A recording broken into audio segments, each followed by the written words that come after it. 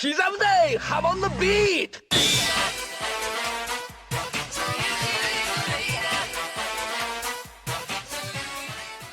On September 23rd, an event was held promoting the upcoming Steel Ball Run anime adaptation. Here we got the first proper teaser trailer for the season, as well as the reveal of 5 of the voice actors for the main cast. On top of that, we also have the release of the new JoJo anime art book AAA 2, which also includes some interviews with the staff that tell us more of what we can expect in the future. So today I want to go over everything that was shown off, as well as my own personal thoughts on the adaptation. Starting with the trailer itself, it depicts the events surrounding the start of the Steel Ball Run race. First we see the opening ceremony, followed by Johnny's first meeting with Gyro and his discovery of Spin. We also get glimpses of Diego Brando and Lucy Steele, and the trailer ends with the starting seconds of the first stage. Now to get into it with a little bit more detail, my first instinct was to scour the trailer for any little cameos or background appearances of the other racers. Unfortunately, it looks like we don't get to see any of them yet, with everyone in the background so far just being the generic racers. In the initial teaser image used to announce the show, we also got to see Hot Pants, Poco Loco, Mountain Tim, and surprisingly the minor racer Dot Han, so I'm looking forward to seeing any of them represented in future trailers.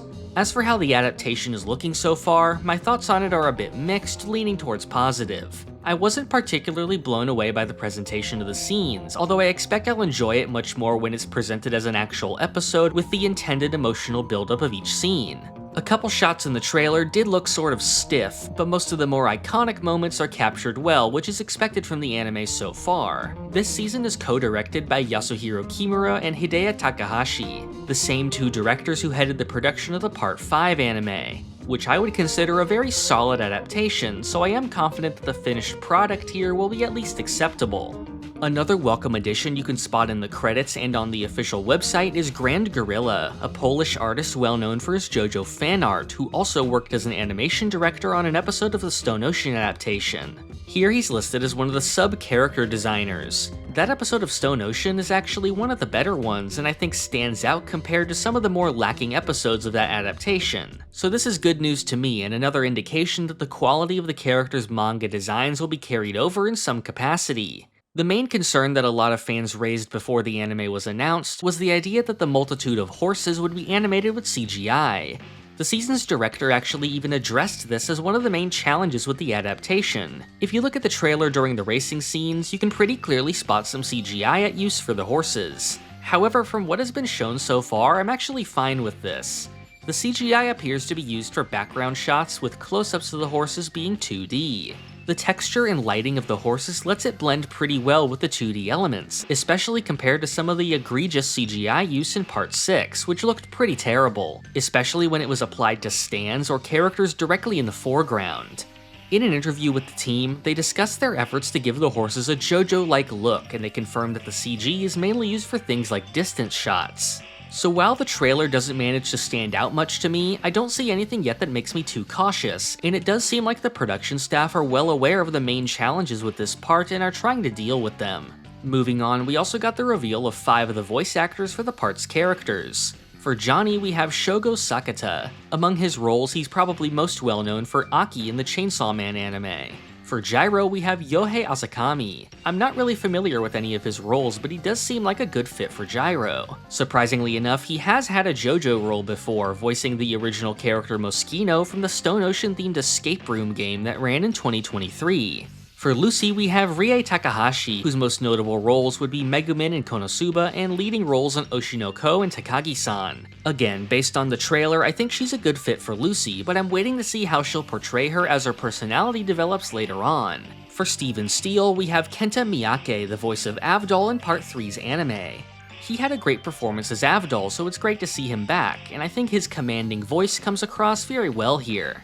Like with Lucy, I'm also waiting to see how he'll tackle some of Steven's more vulnerable moments, since while Avdol is pretty stoic, Steven is one of the most emotional characters in the series. Finally, with Diego, we have Kaito Ishikawa. He previously voiced Sale in Part 5's anime, and has had roles as Genos in One Punch Man, Gigi in Dandadan, as well as being the Japanese voice for Nero in the Devil May Cry series. Obviously, the biggest thing to point out here is that Diego is not being voiced by Dio's longtime voice actor Takahito Koyasu.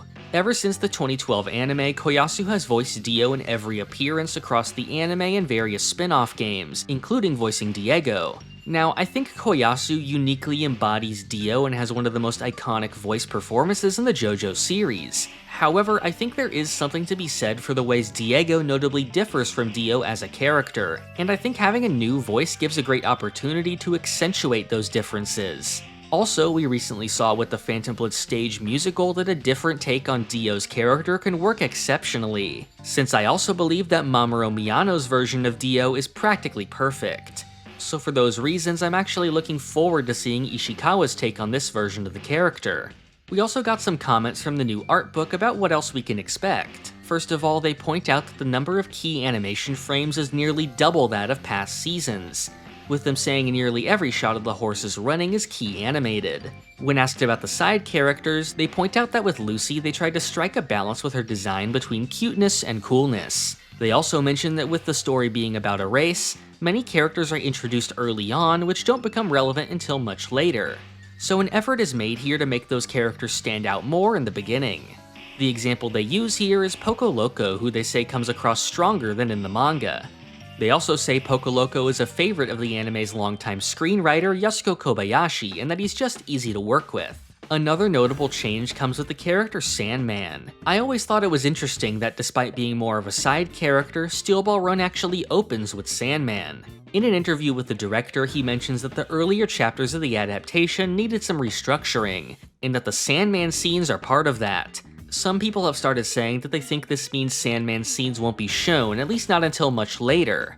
However, I sincerely doubt this. Really, I just think we're gonna get some kind of extra opening scene to show off Johnny and Gyro before moving on to the Sandman scenes, which contains some pretty important information and foreshadowing which I doubt would be skipped. We can actually see something just like that in Part 5, which opened with Koichi's arrival in Italy in the manga, while the anime contains an entirely new scene for the first 2 minutes to introduce Giorno and his ability. Similarly, in Part 4, which also opened on Koichi, the anime added a new scene foreshadowing Kira and showing Jotaro arriving in Morio. So while I think the order of the scenes will be adjusted somewhat with new ones being added, I doubt anything important will be skipped or glossed over. Finally, we should focus on the topic of when Steel Ball Run will be releasing. So far, the only official info is that it will be releasing in 2026 on Netflix. When in 2026 that is and how exactly the release will be scheduled is still a mystery to us. If we look in the metadata of the Netflix website, we can actually see the date of March 19th for when Part 7 will be available. However, I find it likely that this is just a placeholder date. If it were releasing so early in 2026 to begin with, I doubt they wouldn't just announce the quarter or month it's releasing in already. As for the schedule, the Stone Ocean adaptation received a lot of criticism from fans, me included, for being released on a batch schedule, with around 12 episodes released all at once, followed by long breaks. I ended up really hating this release cycle compared to the weekly schedule that previous parts came out on. As a JoJo fan at the time, I really enjoyed keeping up with the show weekly, and I think it gave me a lot of appreciation for the smaller fights in the series that, when taken as a whole, often get overlooked. It really made the whole thing feel like an event, with something like the finale of Part 3 being animated actually being a huge moment for me, especially since my first ever videos came shortly after that. Meanwhile, Part 6's release was preceded by massive hype, only for that to mostly fizzle out after the batch itself dropped. Ironically, I'm pretty sure that the batch release of Part 6 and my 3 differences videos covering them actually significantly benefited my channel by being split into 3 uploads rather than 1. Regardless though, I still would prefer to see Steel Ball Run weekly, even if that means we get a season break like we did for Part 3 in the middle. The good news is, Netflix has actually started releasing some anime weekly, such as Sakamoto Days, Dandadan, and Dungeon Meshi, so I think this makes it a lot more likely that we'll get another weekly schedule for Part 7. That's about everything we have to cover.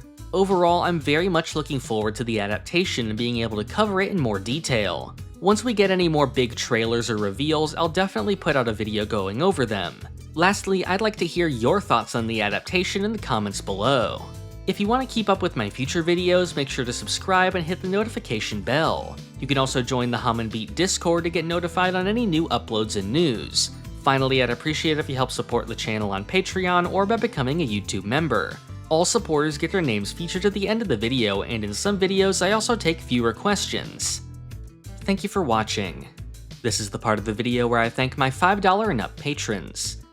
Thank you to Doorbell, Crayon, Rigovids, Zucato, Pumpkin Doge, Marrow, Sponge Cake, Cakext, Feliciano Rabaja, Rayana Meme, Christian McDonough, Pulse Dog, Zach Greenfield, FIFO, Rob Goliath, Jacob Smith, Big T, Gold, Red Hot Mayonnaise, Zenkai, Royal Slush, Keenan, Perry, Cho Henshin, Saint Bobo, John Garcia, Crankenplank, Puffin32, Fran Studios, Shin Megami Tensei Film Reviews, Griffiono, Fiddlehead, Justice, Edwarg, Joao Martins, Danilo K, Star the Gunslinger, Ben McGinnis, and Allegor.